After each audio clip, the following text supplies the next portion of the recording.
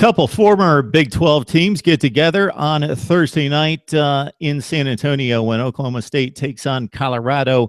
We bring in Cade Webb from Cowboys Ride for Free to help us break down the action between the Cowboys and the Buffs. Cade, thanks so much for joining us tonight. Well, thanks for having me, Mark. It's good to talk to you again. It's been a while. Definitely. Like to get some perspective on this one. Should be a fun one. Bowl games are always interesting because a lot of people like to shake them out in regards to comparing conferences, trying to speculate before kickoff on motivation, who wants to be there, who doesn't, and how particular teams that come from different conferences match up. So Colorado, kind of an unknown on the national map because they're in postseason play for the first time in forever, but made it all the way to the Pac-12 championship game. Oklahoma State, this is pretty much kind of where this program has settled in, made it all the way to a Sugar Bowl last year, but is used to postseason play, a Cotton Bowl berth a couple years ago. So getting to decent bowl games, pretty much Mike Gundy has been able to elevate the program to this level. So I'll start you off with this one, Cade. Where does Cowboys Nation feel in regards to this postseason appearance? You know, you kind of hit the nail right on the head. This is a very prototypical Oklahoma State bowl game, in my opinion. This is, not a lot of fans are going to get jacked up for the Alamo Bowl, even if it is against a good opponent and in Colorado. But Oklahoma State is now, they've been to the Fiesta Bowl, they've been to the Sugar Bowl, the Cotton Bowl. They've been to bowl games with a little bit more prestige attached to them. Not necessarily saying that the Alamo Bowl isn't a good bowl, but this is a bowl that Oklahoma State is used to. And I don't blame Oklahoma State fans for being a little apathetic about it. But I think once kickoff nears, Oklahoma State fans will start to realize that Colorado's a good team, and this is a game that carries a lot of storylines with you've got the offense versus the defense in Colorado. Colorado's defense is one of the best in the country. And you've got the fact that these two teams are former Big 12 foes. They know each other quite well. And it should make for an interesting game. But like I said, once it gets to kickoff, I think that Oklahoma State fans they'll finally realize what's going on.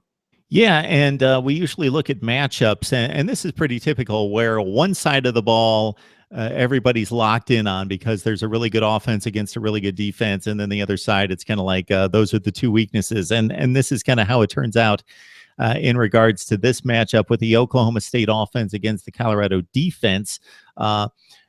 Quarterbacks need protection. That's across the board, but it may seem like this could be a little bit bigger of a key in this game because Mason Rudolph really thrives if he can get the ball well downfield to guys like James Washington. The big plays in the passing game are huge for this offense. Yeah, they absolutely are. And that's one of the big things that concerns me about this game is Colorado's secondary. Like I said, they're one of the best in the country. They've got multiple NFL guys back there right now. So it's one of those things that if Oklahoma State's taken out of their game plan against Colorado, because you hit the nail on the head, Oklahoma State loves to throw the ball downfield. The vertical passing game is what makes the offense go. And if they're not able to do that, I worry about what Oklahoma State can do on offense. Now, if this game were to take place last year, you could make the case that if Oklahoma State can't throw the ball, this game's over. But Oklahoma State is now able to run the ball, and they can do it at a pretty good click. So with Oklahoma State, it's not just the vertical passing game. That's the most important part of the offense, but they are productive enough in the running game to where I think if they can run the ball, they should be able to open up, maybe not some deep passes like you're used to seeing in the Big 12, but they should be able to get some underneath stuff, I think.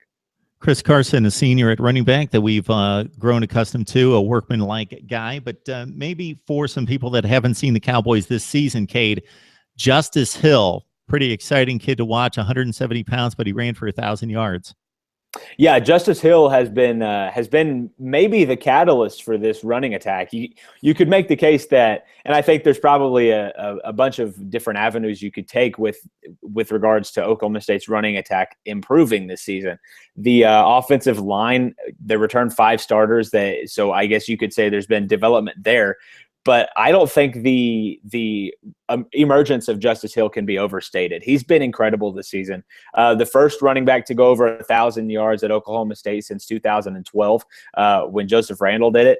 And he's among some pretty serious company. He's now the all-time freshman rushing leader. at Oklahoma State. And that's when you think about the running backs that have been at Oklahoma State, that's some really serious company. And he's been a guy that they're not going to use him in the passing game out of the backfield as much as they would with Carson.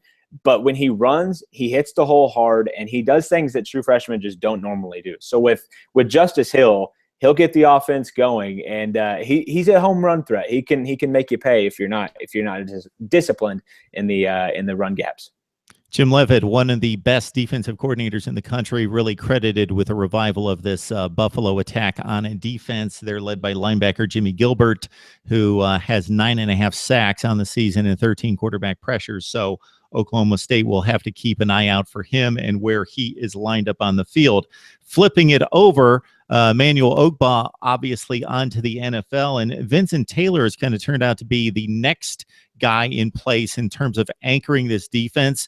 Your thoughts about the Cowboys on defense and trying to contain a Colorado offense that maybe not as dynamic or explosive, but with Sefo Lufau very capable on the ground, in particular in chewing up some time possession and keeping the ball away from the Cowboys on offense. Yeah, with Oklahoma State, the defense is the weak link here. But if you want to be specific, what is the weakest link on this defense?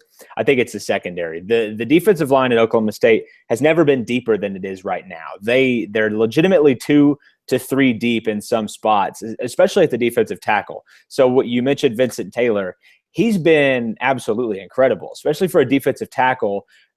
You've got to be a pretty dominant force to be able to rack up the sacks that he has this season. He's been a workhorse, and he's been the heart of that defensive line.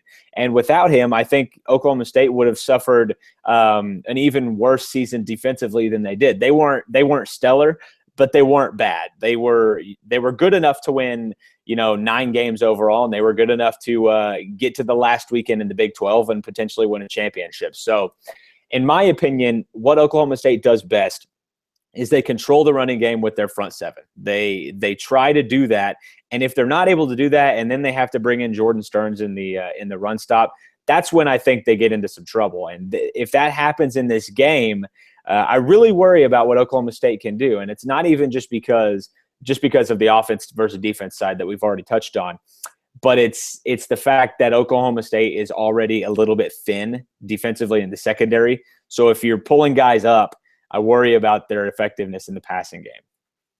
All right. Again, the matchup seems to be the Oklahoma State offensive playmakers against a secondary that's one of the best in the country, and overall defense that really rose up the ranks in regards to the college football defensive statistics. Special teams, Oklahoma State rock solid with place kicker Ben Grogan, and also in the punting game. So what's the formula for Cowboys? I won't say an upset. It's pretty much of a toss-up, but the odds makers slightly like the Buffs in this matchup.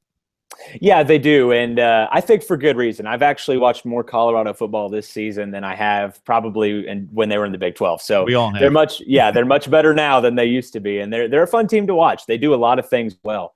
Oklahoma State's going to have to be well disciplined. On the defensive side of the ball, I think, is where it starts. With Colorado, you can't let them do anything they're not typically doing. So if they are able to find success down the field in the passing game, they've got some good wide receivers, but like you said, Lufau is not an exceptionally accurate passer.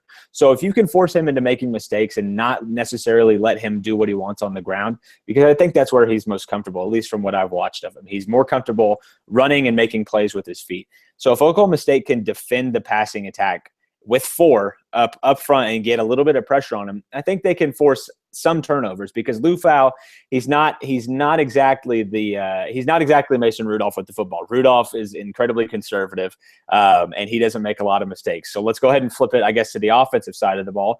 You've got to get some success in the vertical passing game. I think that's the key for an Oklahoma State win, is if you're able to find success down the field with James Washington and guys like Jalen McCluskey, you're going to have success. And they were able to do it last season in the Sugar Bowl against Ole Miss, who had a really good passing defense too. They just didn't score enough points. They couldn't stop Ole Miss last season. So if the defense shows up, I think Oklahoma State can score enough points because there's not a team that's just going to shut Oklahoma State down. I mean, OU did it fairly well, but that's a rivalry game. You can toss some of the statistics out just for that. I mean, just for that there and the weather and all that. But with Oklahoma State, they've got to be able to throw the ball and they've got to be able to find success on the ground. And if they can do that, I like their chances. Most teams that lose conference championship games are not good with being dropped back to the Alamo Bowl. Colorado, this is a different case. They go bowling for the first time since 2007. They go to a major bowl or a upper tier bowl, mid-tier bowl for the first time in a long time, even before that. As we mentioned, Oklahoma State used to this type of bowl situation, made it to the Sugar Bowl last year, but find themselves in the Alamo Bowl in this Big 12 Pac-12 matchup. Cade Webb from Cowboys Ride for Free, breaking down the Cowboys and the Buffs. Appreciate it, Cade. Thanks a lot, Mark. Good to talk to you.